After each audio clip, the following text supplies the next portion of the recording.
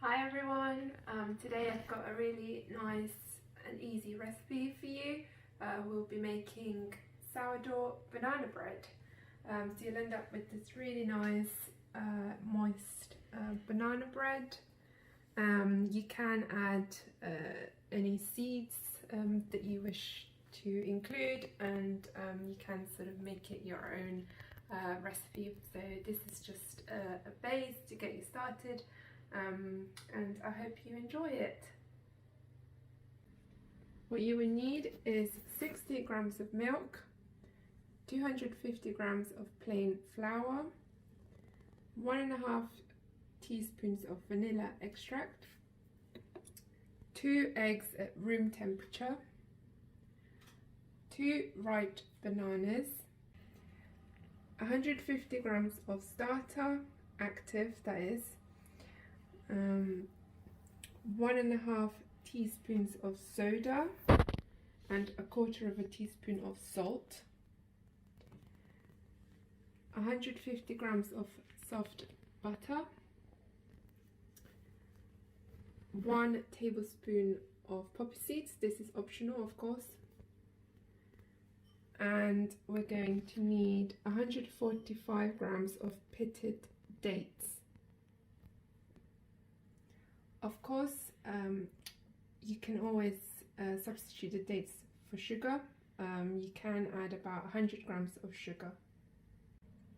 First, we're going to soak the dates in boiling water.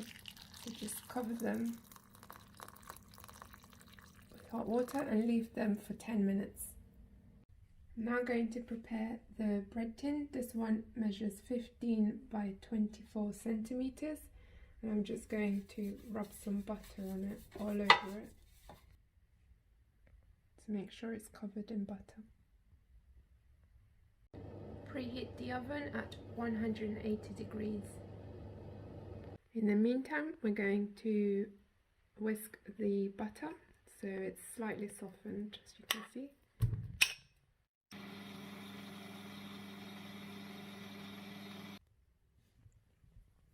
So we're just going to mix it until soft and pale. We now need to blend the dates. I'm going to blend the dates with about 50 grams of the liquid that they were sitting in.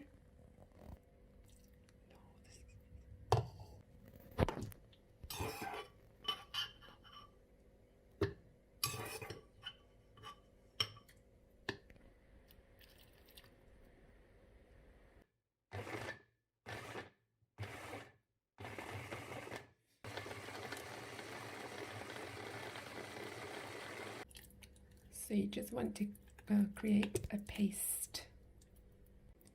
We'll blend the banana in with the date paste. So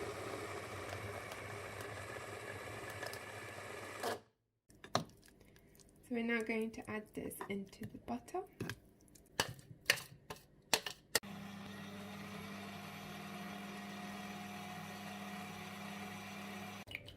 Add the eggs one at a time.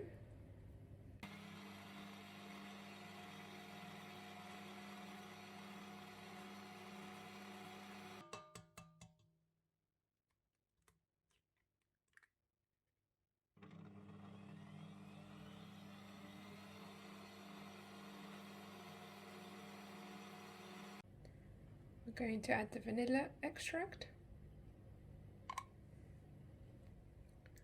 and also the milk.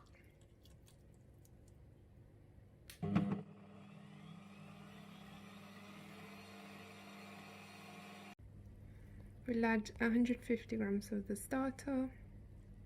We're also going to add the seeds and mix it together. You don't have to mix in the starter too much with the hand blender. Alternatively, you can just do it with a spoon or a spatula. Sift together the flour with the soda and salt.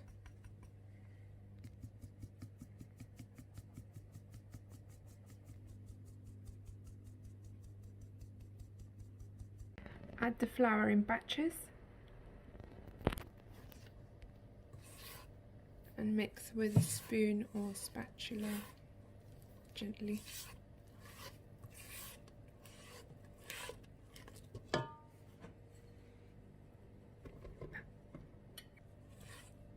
You will get better kind of air bubbles in it.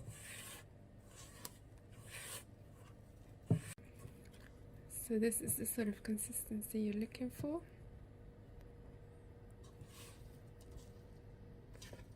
We'll now transfer it into the tin.